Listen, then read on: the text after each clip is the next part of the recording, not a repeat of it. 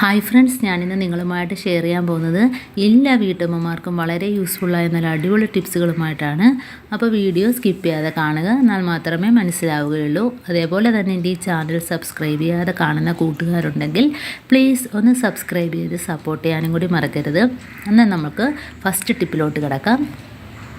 ഇപ്പോൾ first tip, നമ്മൾ തേപ്പ് പൊട്ടിയൊക്കെ ഒത്തിരി നാൾ നമ്മൾ ഉപയോഗിച്ചതിന് ശേഷമായിരിക്കും ഒന്ന് വൃത്തിയാക്കുന്നത് അല്ലേ. അപ്പോൾ നമ്മൾ എപ്പോഴും ഇതേപോലെ ഉപയോഗം ഉള്ളതുകൊണ്ട് അതിനകത്ത് പൊടിയൊക്കെ പിടിച്ചിട്ട് നമുക്ക് ഡ്രസ്സിനകത്തൊക്കെ തേക്കുമ്പം പൊടിയാകും. അപ്പോൾ അങ്ങനെ ഇല്ലാതിരിക്കണമെങ്കിൽ അപ്പോൾ വെള്ളം തൊട്ടൊന്നും തുടയ്ക്കാൻ പാടില്ല. അപ്പോൾ നമ്മൾ ഇതേപോലെ കുറച്ച് പേസ്റ്റ് മാത്രം മതി, ഒരു നുള്ളു പേസ്റ്റ് മതി. ഇതുപോലെ കോട്ടൺ തുണിയിലോ അതല്ല ടിഷ്യൂ പേപ്പറിലോ ആക്കിയിട്ട് ഇതേപോലെ തുടച്ചു കൊടുക്കുക. അപ്പോൾ പൊടി പോകുന്നത് മാത്രമല്ല, നല്ല പുതിയതുപോലെ തേപ്പൊട്ടി നല്ല പോളിഷായിട്ട് കിട്ടുകയും ചെയ്യും. അപ്പോൾ നമുക്ക് ഇത് തേക്കുമ്പം തന്നെ അതിൻ്റെ വ്യത്യാസം മനസ്സിലാക്കാൻ സാധിക്കുന്നുണ്ട്. കണ്ടോ, അപ്പോൾ പൊടിയെല്ലാം പോയിട്ട് കണ്ടോ, നല്ല പുതിയതുപോലെ നല്ലൊരു ഗ്ലേസിങ് ആണ് തേപ്പൊട്ടിക്ക്. അപ്പോൾ ഇതേപോലെ ഇടയ്ക്കൊക്കെ ഒന്ന് ചെയ്തു കൊടുത്താൽ മതി. നമ്മൾ വെള്ളം തൊട്ടൊന്നും തുടയ്ക്കുന്നതിനേക്കാളിയൊക്കെ നല്ലത് ഇതേപോലെ പേസ്റ്റ് വെച്ച് ഒന്ന് തുടച്ചെടുത്താൽ മതി. നല്ല ക്ലീനായിട്ട് കിട്ടുകയും ചെയ്യും. എന്നിട്ട് പോരായെങ്കിൽ ഇതേപോലെ കുറച്ചുകൂടെ പേസ്റ്റ് ഇതുപോലെ ഒന്ന് തടവി കൊടുക്കുക. എന്നിട്ട് ഇതേപോലെ നമുക്ക് തുടച്ചെടുക്കാവുന്നതാണ്. കണ്ടോ, വളരെ ഈസി ആയിട്ട് തന്നെ ഞാൻ ചെയ്തെടുത്തിട്ടുണ്ട്. കണ്ടോ, ഇനിയിപ്പം നമുക്ക് തേപ്പൊട്ടി തേച്ച് തണുത്തതിന് ശേഷം നമുക്കതിൻ്റെ വയറ് എങ്ങനെ ചുറ്റി വെക്കാമെന്ന് ഞാൻ കാണിച്ചു തരാം. അതാകുമ്പോഴത്തേന് നമ്മുടെ എത്ര നാളായാലും തേപ്പൊട്ടി നശിച്ചു പോകത്തില്ല. കാരണം അല്ലെങ്കിൽ ആ വയറൊക്കെ ഒടിഞ്ഞിട്ട് ഇതേപോലെ ബാക്ക് ഭാഗത്തായിട്ട് ചുറ്റിയെടുക്കുക. ഇപ്പോൾ തണുത്തതിന് ശേഷം മാത്രമേ ഇങ്ങനെ ചെയ്യാവൂ. ഇതേപോലെ ചുറ്റിയെടുക്കുക. അപ്പോൾ ആ വയറൊന്നും കംപ്ലൈൻ്റ് ആകത്തില്ല. അതല്ലെങ്കിൽ അതിനകത്തൂടെ ഒക്കെ വയറ് പൊട്ടിയിട്ട് അതിനകത്തൂടെ കറണ്ടൊക്കെ പാസ് ചെയ്യും. അപ്പം ഇതേപോലെ ഒരു റബ്ബർ ഇട്ട് കൊടുക്കുക ബാക്കിൽ. അപ്പോൾ നമ്മൾ ഇതേപോലെ ചുറ്റിയതിന് ശേഷം പ്ലഗ് കുത്തുന്ന ഭാഗമുണ്ടല്ലോ, അത് അതിനകത്തോട്ട് ചേടി വെക്കുകയും ചെയ്യാം. അപ്പോൾ നല്ല ഒതുങ്ങിയിരിക്കും. നമുക്ക് എവിടെ വേണേലും ഒതുക്കി വെക്കാം. ഉണ്ടോ, ഇതുപോലെ കുത്തനെ വേണേലും നമുക്ക് വെക്കാം, ചാരി വയ്ക്കാം. അതല്ലെങ്കിൽ നമുക്ക് എവിടെ വേണേലും നമുക്ക് ഇതേപോലെ വൃത്തിയാക്കി വെച്ചാൽ ഒതുങ്ങിയിരിക്കും. വയറും കംപ്ലൈൻ്റ് ആകത്തില്ല. തേപ്പൊട്ടിയും നമുക്ക് ഒരുപാട് നാൾ സൂക്ഷിക്കാൻ പറ്റും. അപ്പോൾ ഇതേപോലെ ചെയ്ത് നോക്കുക. ഇനിയിപ്പോൾ അടുത്ത ടിപ്പെന്ന് പറഞ്ഞാൽ നമുക്ക് വീട് ക്ലീൻ ചെയ്യുന്നതാണ്.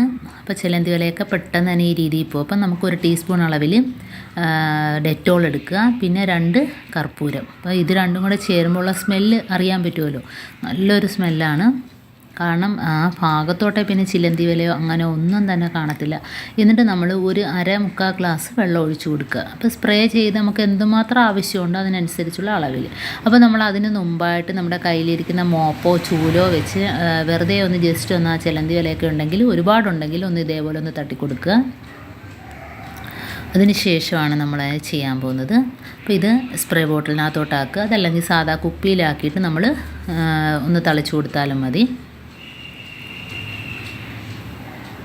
അപ്പോൾ ഇതേപോലെ ആക്കിയതിന് ശേഷം നമുക്ക് ആ മോപ്പിനകത്ത് ഒരു പ്ലാസ്റ്റിക്കിൻ്റെ കവർ ഇതേപോലത്തെ ഉണ്ടോ, ഈ കവറാണ് ഞാൻ ഇട്ട് കൊടുക്കുന്നത്. അപ്പോൾ ചൂലാണെങ്കിൽ ചൂലെടുക്കാം. ഇപ്പോൾ ഞാൻ ഇതാണ് എടുക്കുന്നത്. ഇതാകുമ്പോൾ നമുക്കൊന്നുകൂടെ പൊക്കം കിട്ടും. അതുകൊണ്ട് ഞാൻ ഇതാണ് എടുക്കുന്നത്. എന്നിട്ട് നമുക്ക് ഇതേപോലെ ഒന്ന് കെട്ടിക്കൊടുക്കാം. അപ്പോൾ കെട്ടാൻ പറ്റത്തില്ലെങ്കിൽ ഒരു റബ്ബർ ഇട്ട് കൊടുത്താലും മതി. ഇനി ആ സ്പ്രേ നമ്മൾ ചെയ്യേണ്ടുള്ളത് ഈ കവറിൻ്റെ പുറത്താണ്. അപ്പോൾ ചിലന്തിയൊന്നും ഇനി ഉണ്ടാകാതിരിക്കാനാണ് നമ്മളിത് ചെയ്യുന്നത്. ചിലന്തി ആണേലും പല്ലിയാണേലും ആ സ്മെല്ലടിച്ചിട്ട് ആ ഭാഗത്തോട്ട് വരത്തില്ല. അപ്പോൾ ഇത് നല്ലോണം ഒന്ന് സ്പ്രേ ചെയ്ത് കൊടുക്കുക. അപ്പോൾ പ്ലാസ്റ്റിക് കവറാകുമ്പോൾ നമുക്ക് മോപ്പൊക്കെ കഴുകി നിൽക്കേണ്ട. അപ്പോൾ തുണിയാണെങ്കിൽ തന്നെ നമുക്ക് അത് കഴുകി നിൽക്കണം. ഇതാകുമ്പോഴത്തേനും നമുക്ക് അതിൻ്റെ ശല്യമൊന്നുമില്ല. അഥവാ ടാപ്പിനകത്ത് കാണിച്ച് നമുക്ക് പെട്ടെന്ന് തന്നെ കഴുകിയെടുക്കുകയും ചെയ്യാം. എന്നിട്ട് നമുക്ക് ഇതേപോലെ തന്നെ വീണ്ടും സ്പ്രേ അടിച്ചിട്ട് ഇതേപോലെ നമുക്ക് തുടച്ചെടുക്കുകയും ചെയ്യാം. അപ്പോൾ ജനലിൻ്റെ ഭാഗത്താണേലും മുകളിലാണേലും എവിടെയാണേലും നമുക്ക് ഇതേപോലെ ആക്കിയെടുക്കാം. അതേപോലെ തന്നെ കസേരയുടെ അടിയിൽ, കട്ടിൻ്റെ അടിയിൽ, അതേപോലെ സോഫ സെറ്റിൻ്റെ അടിയിലെല്ലാം നമുക്ക് ക്ലീൻ ആക്കി എടുക്കാൻ പറ്റും. ഞാനിപ്പം ഇടയ്ക്ക് ഇതേപോലെ ചെയ്യാറുള്ളതുകൊണ്ട് അത്ര വിലയൊന്നും പിടിച്ചിട്ടില്ല. അപ്പോൾ ഇതേപോലെ നമുക്ക് ടാപ്പിൽ കാണിച്ച് കഴുകിയെടുക്കാം. കണ്ടോ, അപ്പോൾ നമുക്ക് തുണി കഴുകി നിൽക്കുകയും വേണ്ട. ഇതാകുമ്പോൾ നമുക്ക് കവറങ്ങ് കളയുകയും ചെയ്യാം. അപ്പോൾ അപ്പോൾ വീണ്ടും ഞാൻ അതിനകത്തോട്ട് സ്പ്രേ അടിച്ച് കൊടുക്കുകയാണ് ചെയ്യുന്നത്. എന്നിട്ട് ഇതേപോലെ തന്നെ വീണ്ടും നമുക്ക് റിപ്പീറ്റ് ചെയ്യാം.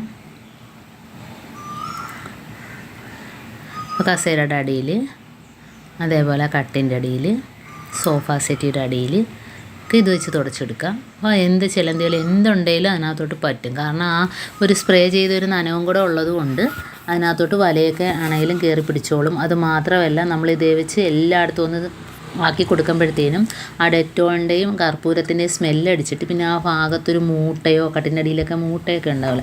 അപ്പോൾ അതൊന്നും ഉണ്ടാകത്തില്ല. ഇനിയിപ്പോൾ വേറൊരു ട്രിക്കും കൂടെ ഞാൻ കാണിക്കാം. അപ്പോൾ നമ്മൾ പ്ലാസ്റ്റിക്കിൻ്റെ കവറല്ല എങ്കിൽ ഇതേപോലെ കോട്ടൻ്റെ സഞ്ചി ഉണ്ടല്ലോ, അതാണെങ്കിലും നമുക്ക് ഇതേപോലെ ചെയ്യാം. ഇതാകുമ്പോഴത്തേനും ഫാനൊക്കെ ക്ലീൻ ആക്കാൻ നല്ല എളുപ്പമാണ്. കാരണം തുണി പോലെ തന്നെ ഇരിക്കുകയും ചെയ്യും. എന്നാലൊട്ട് നമുക്ക് തുണി കഴുകുന്ന കണക്ക് കഴുകി നിൽക്കുകയും വേണ്ട. കാരണം ഇതിനകത്ത് ചെറുതായിട്ടൊന്ന് സ്പ്രേ ചെയ്തിട്ട് നമുക്ക് ഫാനെല്ലാം തുടച്ചെടുക്കാം നല്ല ക്ലീനായിട്ട്. എന്നിട്ട് നമുക്ക് ഉപയോഗം കഴിഞ്ഞ് കളയുകയും ചെയ്യാം. അപ്പോൾ ഇതേപോലത്തെ സഞ്ചികളൊക്കെ നമ്മൾ വെറുതെ കളയുകയല്ലേ ചെയ്യുന്നത്. അപ്പോൾ ഇങ്ങനെയൊക്കെയുള്ള കാര്യങ്ങൾക്ക് നമുക്ക് ഉപകാരപ്പെടും. ഇതിപ്പോൾ ഇങ്ങനെ ചൂലിനകത്ത് വേണമെങ്കിലും ചെയ്യാം. അപ്പോൾ നല്ല ഹൈറ്റ് ഉള്ളതുകൊണ്ടാണ് ഞാൻ ഈ കമ്പെടുത്തത്. അപ്പോൾ എ സിയൊക്കെ തുടച്ചെടുക്കാൻ, അതിൻ്റെ എ സിയിലൊക്കെ ഭയങ്കര പൊടിയായിരിക്കും. അപ്പോൾ നമുക്ക് മുകളിൽ കയറിയൊക്കെ തുടക്കാൻ ബുദ്ധിമുട്ടുള്ള സമയത്ത് ഇതേപോലെ ചെയ്യാം.